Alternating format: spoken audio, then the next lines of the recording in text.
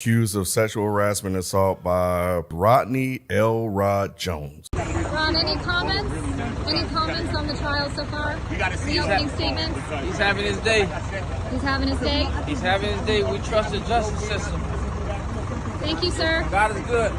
The new allegations against Sean Diddy Combs, a music producer, is accusing hip-hop mogul of sexually assaulting him and forcing him to have sex with prostitutes.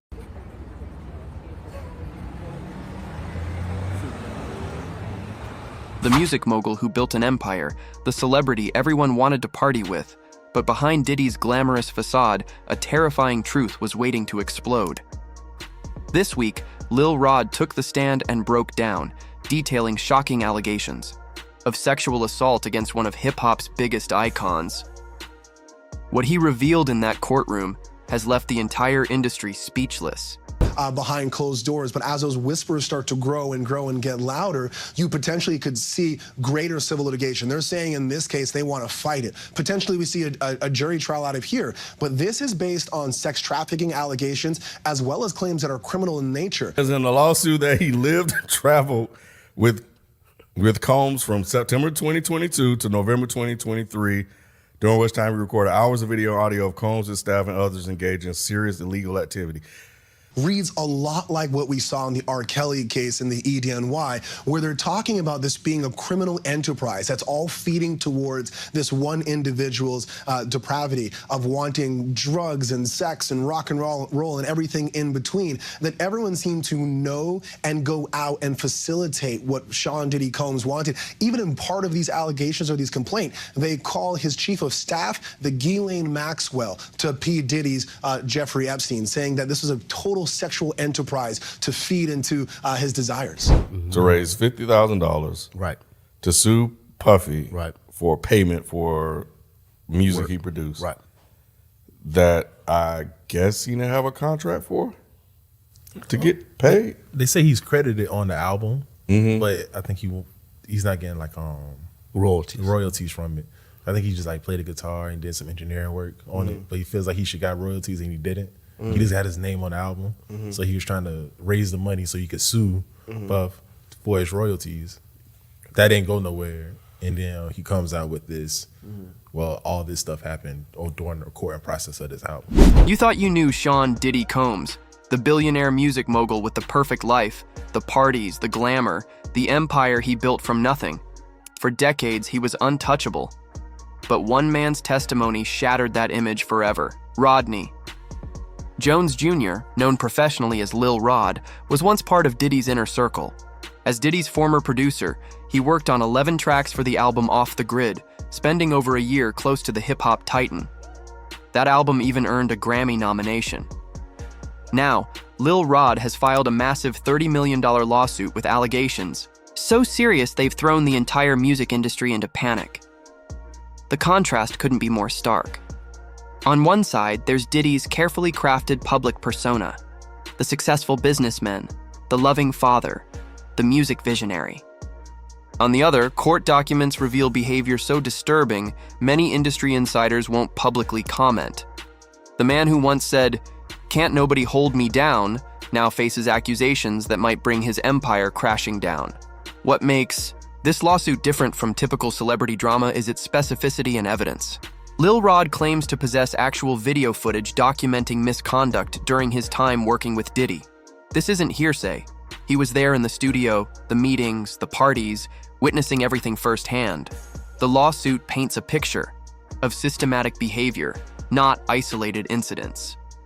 According to court documents, what Lil Rod witnessed wasn't a one-time thing, but an ongoing pattern throughout his professional relationship with Diddy.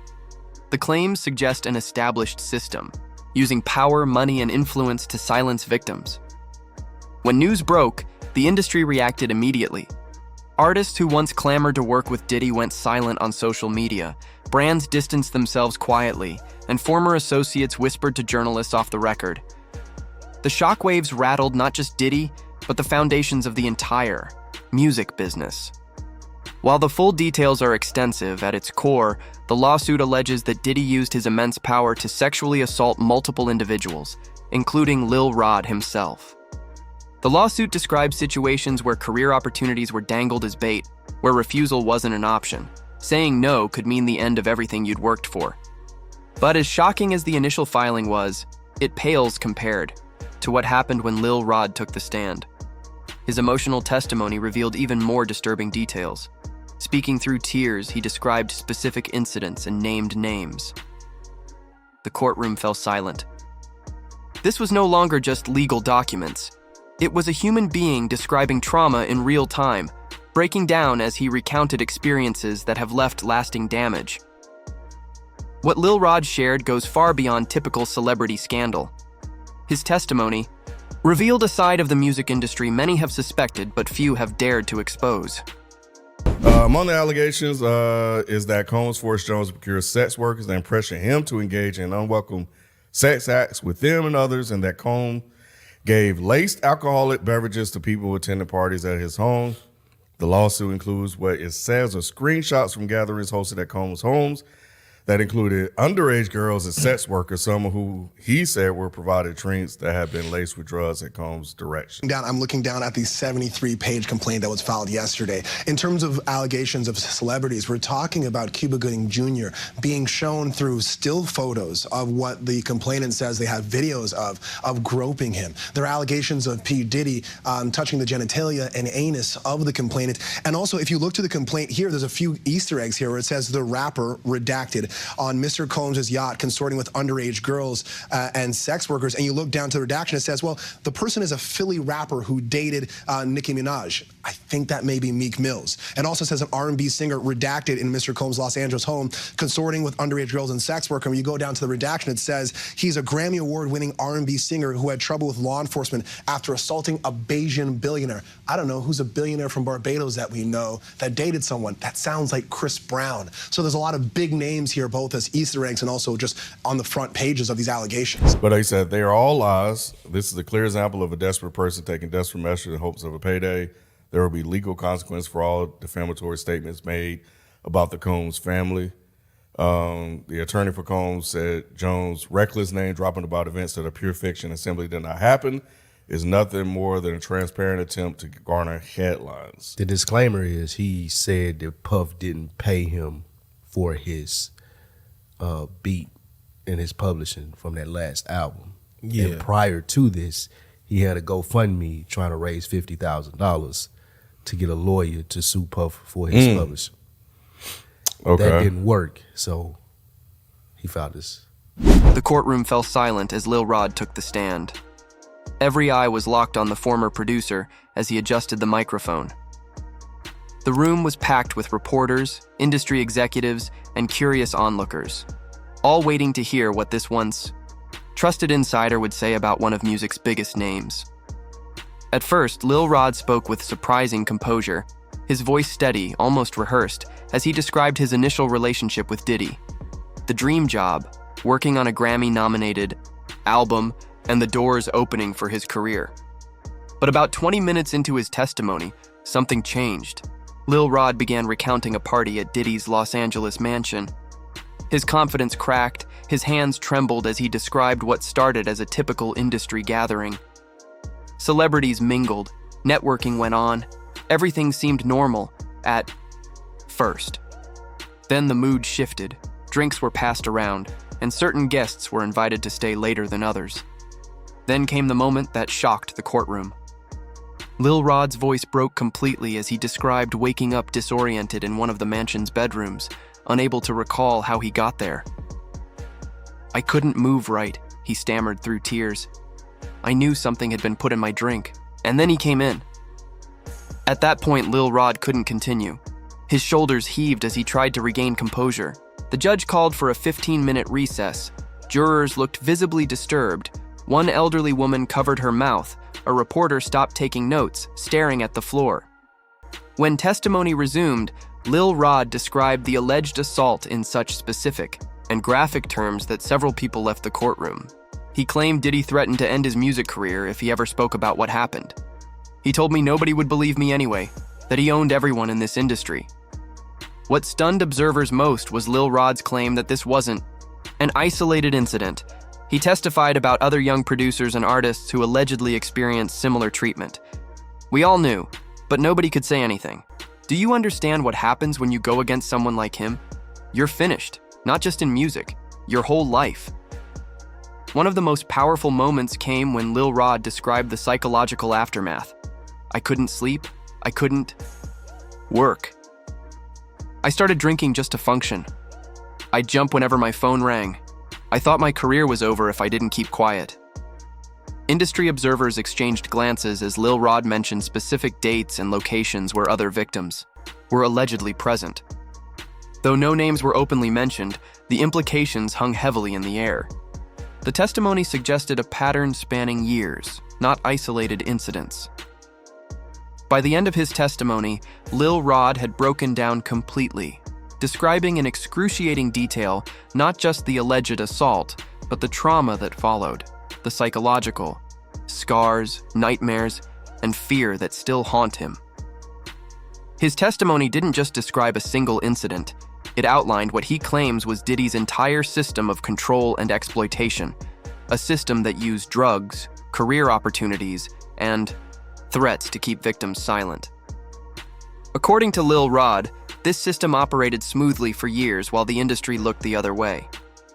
I think that could lead to what the attorneys are saying is that anybody right now can come out with these accusations because, of what happened with Cassie. So everybody's trying to get a payday, off of this whole thing. So, I did Lil Rod go to him and be like, hey, if you don't, pay me, then, I'm going to tell all of this other stuff that has been happening since, I was involved with this album. Like I have screenshots, bro. I have audio and video tape of these things that are happening. All you have to do is pay me, so what's the word? And he was like, nah. So it was like, all right. The courtroom fell silent as Lil Rod took the stand.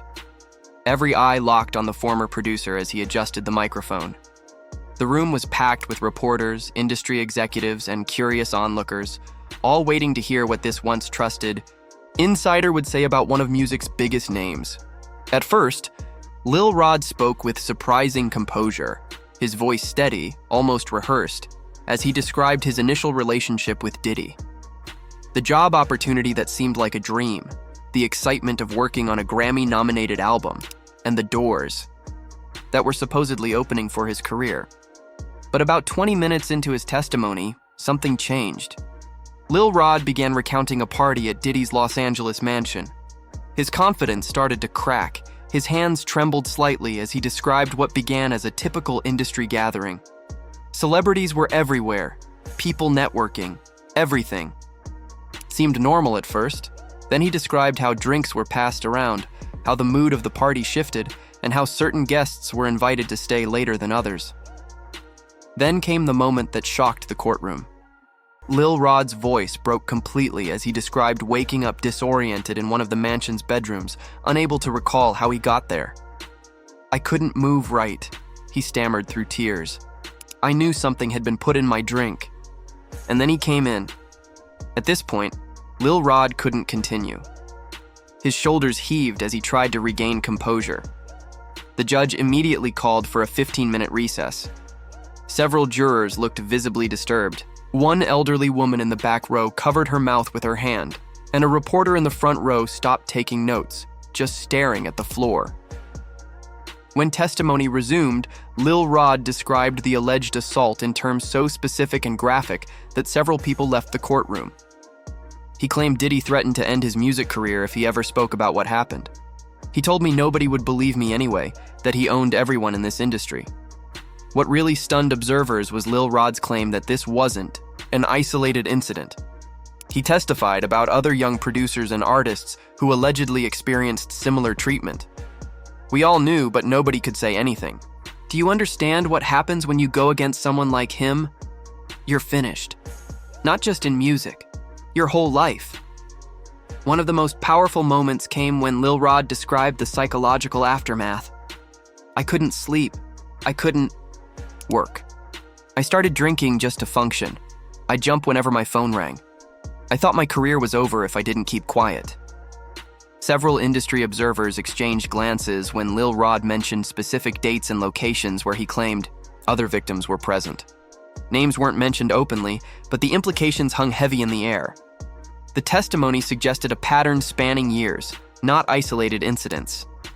By the end of his testimony, Lil Rod had completely broken down, describing in excruciating detail not just the alleged assault itself, but the trauma that followed, the psychological scars, the nightmares, and the fear that still follows him. His testimony didn't just describe a single incident of alleged sexual assault. It outlined what he claims was Diddy's entire system of control and exploitation, a system that allegedly used drugs, career opportunities, and threats to keep victims silent. According to Lil Rod's testimony, this system functioned smoothly for years while the industry looked the other way. Yeah, Stephanie, I think the defense is going to look for people who are open to non-traditional lifestyles, who can receive evidence of what defense will sort of style as sex, drugs, and rock and roll, and not get put off and not rush to judgment. On the flip side, the prosecution is going to be looking for folks who are not going to be distracted by, the new shiny object over here, who are not going to get off course by any kind of circus the Diddy team may try to bring into this trial. So, I mean, this has garnered much media attention. How does that factor in when it comes to selecting a jury? Because no doubt most people have heard of what is going on. Totally. So it presents a significant problem. Here's the thing. The judge wants to find jurors who are fair and impartial and who have not already developed an opinion as to Diddy's guilt or innocence. Well, that's hard when every media outlet in the world has covered this case. They've likely already heard about it. And so what the judge is going to have to do is determine how much exposure the potential jurors have had to this Diddy saga and whether they can put that aside and simply base their verdict on what happens inside that courtroom and not everything that has gone on preceding that. The lawsuit contains allegations so shocking that many industry insiders are refusing to even comment on them. The 73-page document filed against Diddy reads more like a horror movie script than legal paperwork. What's detailed inside has left even the most jaded music executives completely speechless. According to the lawsuit, Diddy didn't just cross lines. He created an entire environment where sexual assault wasn't just tolerated, it was actually encouraged and documented. The court papers describe a pattern of behavior that allegedly turned professional spaces into predatory hunting grounds. Recording studios weren't just for making music anymore. Hotel rooms weren't just for sleeping. Every space controlled by Diddy allegedly became a potential trap. One of the most disturbing claims involves what Diddy allegedly called freak-offs. These weren't just regular parties. The lawsuit describes them as organized events where guests were pressured to perform sexual acts while being secretly recorded. Lil Rod claims these recordings weren't just kept private. They were allegedly used later as blackmail material to ensure silence from those who participated, willingly or not. The method of control described in the lawsuit follows a disturbing pattern. First came the alcohol, top-shelf liquor flowing freely at every gathering. Then came the drugs, allegedly slipped into drinks without consent. Finally came the career opportunities, promises of features on songs, introductions to the right people, and implications that refusing would mean career suicide. This three-part system allegedly trapped numerous victims who felt they had no choice but to comply. For Lil Rod specifically, the lawsuit details multiple occasions where he claims Diddy touched him inappropriately. One incident allegedly happened during a video shoot when other people were present but not looking. Another allegedly occurred in a car when they were alone. The lawsuit describes how Lil Rod tried to laugh off these unwanted advances out of fear of angering someone with so much power over his career. Perhaps most shocking are the allegations about Diddy's business operations. The lawsuit claims that some of his legitimate businesses actually served as fronts for illegal activities, including what the court documents describe as sex trafficking. The papers allege that certain business meetings were actually setups for sexual exploitation, with victims lured in under professional pretenses. The most terrifying allegations involve threats of violence. According to the lawsuit, those who refused Diddy's advances or threatened to expose his behavior faced serious consequences. The documents claim Diddy made explicit threats about what would happen to anyone who spoke out. These weren't vague warnings, they were specific, detailed descriptions of violence that left victims fearing for their safety. The most disturbing incidents described include allegations of drugging drinks, physical coercion, recording of sexual acts without consent, and deploying armed security to intimidate victims. The lawsuit paints a picture of a man who allegedly used every resource at his disposal, money, fame, connections, and fear, to control those around him. What's particularly notable about these allegations is that they didn't come to light immediately after they supposedly occurred. This raises serious questions about why Lil Rod waited to come forward with such explosive claims. The timing of this lawsuit, years after some of the alleged incidents, suggests there's more to this story than just the shocking accusations themselves. The biggest privilege he has is a cellmate.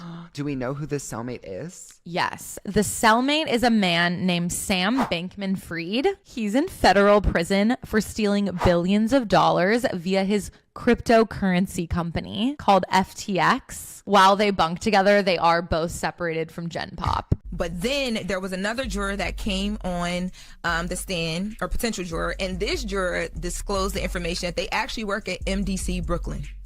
Now, the issue with that is Diddy is currently locked up at MDC Brooklyn. He's been housed there since September. So he could have got paid off. He could have got promised something, anything. He could have insider conversations. Exactly. So the issue with that, the obvious issue with that is what you guys just said. But the bigger problem that the judge had, and he took a minute to scold both sides, the prosecutors and Diddy's team, because he's like, y'all got to do better. How to get this far? Yeah, how did he get to the point where he's coming in front of the court and this is being put on record? Honestly, they are making him suffer. Poor guy's gonna have to shower by himself. In terms of clothing, he's allowed one tracksuit and one pair of sneakers.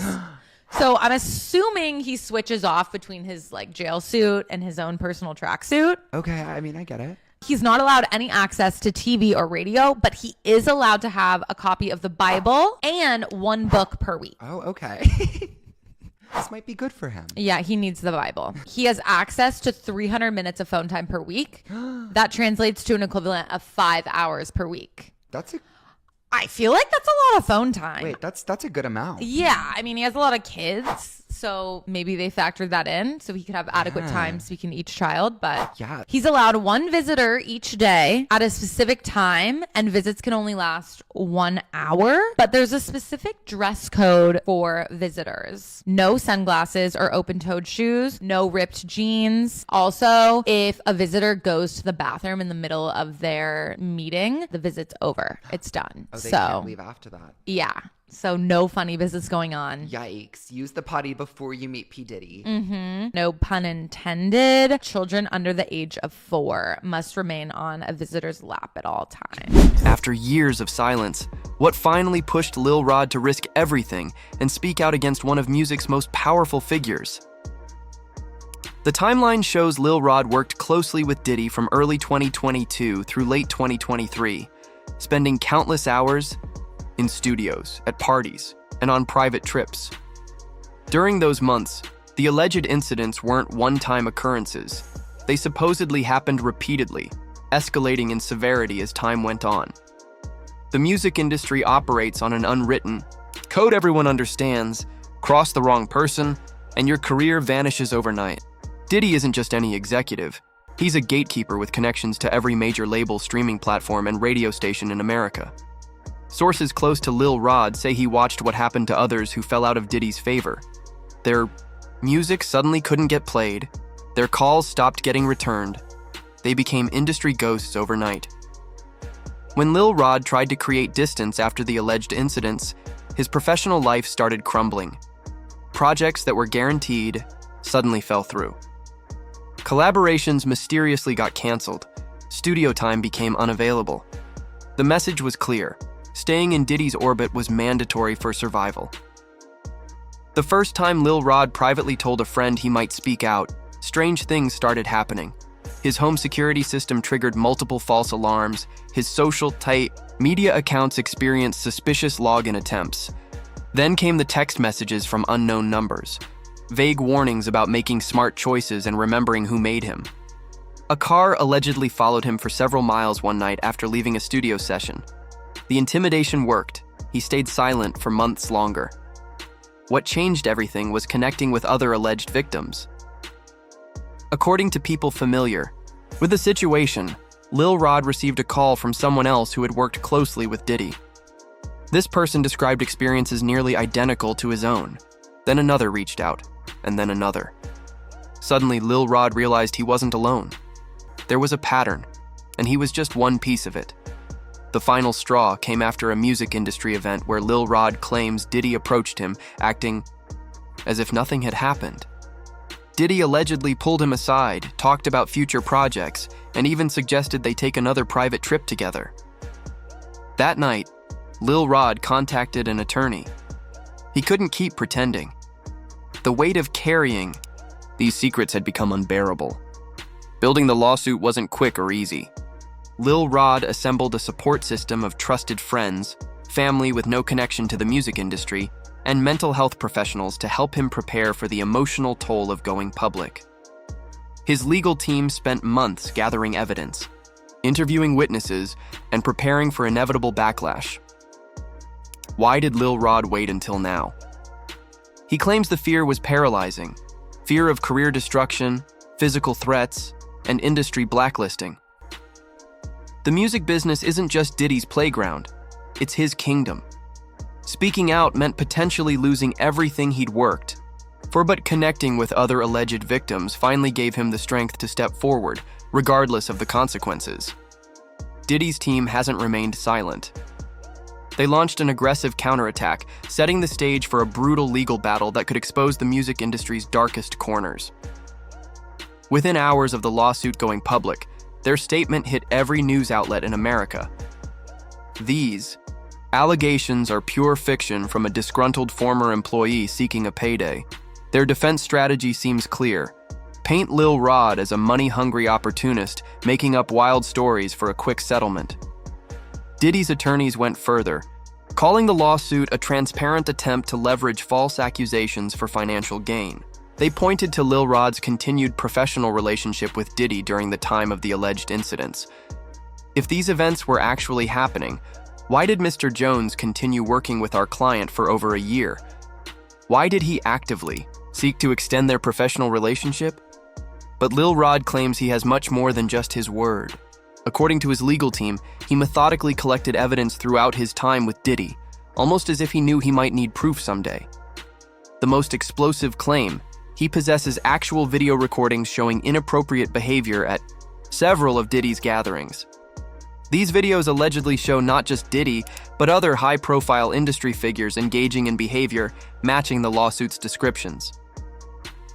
Beyond videos, Lil Rod claims to have preserved hundreds of text messages exchanged with Diddy and his associates. These messages allegedly include explicit threats, inappropriate sexual comments, and discussions about the so-called freak-off parties described in the lawsuit. His attorneys say these messages establish a clear timeline of escalating behavior that matches exactly with Lil Rod's testimony. There are also emails and calendar invites supposedly documenting meetings that turned into something very different than professional gatherings. Digital breadcrumbs that might prove crucial in establishing the alleged pattern. Perhaps most damaging to Diddy's defense are 5 additional witnesses Lil Rod's team says are prepared to testify. These individuals, whose identities remain confidential, allegedly experienced or witnessed similar behavior.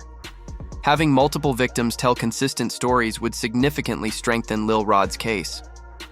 Diddy's team isn't just attacking the allegations, they're attacking Lil Rod himself. They filed counter motions questioning his credibility, pointed to previous financial disputes with other music industry figures, released old social media posts showing Lil Rod praising Diddy publicly, and suggested his career failures are motivating these false claims. Both sides face significant legal hurdles. For Lil Rod, proving sexual assault allegations years after the fact presents obvious challenges. For Diddy, the specificity of the claims and potential evidence make a simple dismissal unlikely. The case will likely hinge on the credibility of the evidence Lil Rod claims to possess. If the videos, texts, emails, and witness testimonies are, as damning as suggested, Diddy could face consequences far beyond this lawsuit. Criminal charges could follow. Other victims might come forward. The empire he built over decades could crumble in months. As one industry insider put it, if even half of what Lil Rod claims to have evidence of is real, Diddy isn't just facing a lawsuit, he's facing the complete destruction of his legacy, his business, and possibly his freedom. This isn't just about Diddy and Lil Rod anymore. The entire music industry is holding its breath. What started as one lawsuit has cracked open a door many powerful people desperately wanted to keep shut. Industry insiders whisper that Lil Rod's allegations could expose a much wider network of abuse operating in plain sight for decades. The nervous energy in music executive offices is almost visible. Phone calls aren't being returned. Private jets are suddenly heading to remote locations. PR teams work overtime preparing statements. For clients not even named yet, why? Because Lil Rod's lawsuit doesn't just point the finger at Diddy, it suggests numerous other celebrities and executives were present at these alleged freak-offs and other events where misconduct supposedly occurred. The lawsuit specifically mentions high-profile entertainment figures who allegedly participated in or witnessed inappropriate behavior. While many names remain under seal and in court documents, music industry lawyers reportedly work around the clock to keep their clients' identities hidden. The fear isn't just about public embarrassment, it's about potential criminal exposure. If Lil Rod's claims prove true, Diddy's business empire stands on incredibly shaky ground. Bad Boy Records, once a powerhouse label launching artists like the notorious B.I.G. and Faith Evans, has seen its value plummet since the allegations surfaced. The Sean John clothing line, once worth hundreds of millions, faces retailer cancellations. His alcohol partnerships with Ciroc and De Leon Tequila are reportedly being reevaluated by parent company Diageo. His entire business portfolio, built over 30 years, could collapse within months. The impact is already visible. Multiple radio stations across the country have quietly removed Diddy's music from rotation. Streaming platforms haven't publicly banned him, but industry sources say his songs have been removed from numerous playlists. Brands that once clamored to work with him have deleted social media posts featuring his image. The entertainment industry is erasing him before the case even goes to trial. Perhaps most concerning for industry executives is the potential domino effect Lil Rod's lawsuit could inspire dozens of other victims coming forward with similar allegations against other powerful figures. The music industry has long operated with unwritten rules protecting the powerful. Those rules are now being questioned for the first time. This case highlights the extreme power imbalance allowing misconduct to flourish. When one person controls access to careers, fame, and fortune, saying no becomes nearly impossible. This dynamic has enabled abuse across entertainment for generations. If these allegations are proven, the destruction of Diddy's empire will be complete. Beyond potential criminal charges, his business partnerships worth billions could evaporate overnight. His music catalog, usually an artist's most valuable asset, could become toxic and unsellable. His philanthropic foundation would likely shut down. His entire public image as a music visionary and businessman would be permanently replaced by something much darker. As this lawsuit moves forward, many believe it represents just the beginning of a much larger industry reckoning. The question isn't just whether Diddy will face consequences, but how many other powerful figures might fall with him. The music industry's darkest secrets may finally be coming to light, whether they're ready for it or not. As this case continues to unfold, one thing is clear: the music industry may never be the same. The power dynamics that kept victims silent for decades are finally being questioned. The walls protecting the powerful are starting to crack. Diddy's fate now hangs in the balance, but he might not fall alone. Whispers behind closed doors suggest many others are terrified their names might surface next. For Lil Rod, speaking out came at an enormous cost. His career, his safety, his mental health, all placed at risk. But his testimony, delivered through tears in that silent courtroom, may have finally exposed one of the industry's darkest, most protected secrets: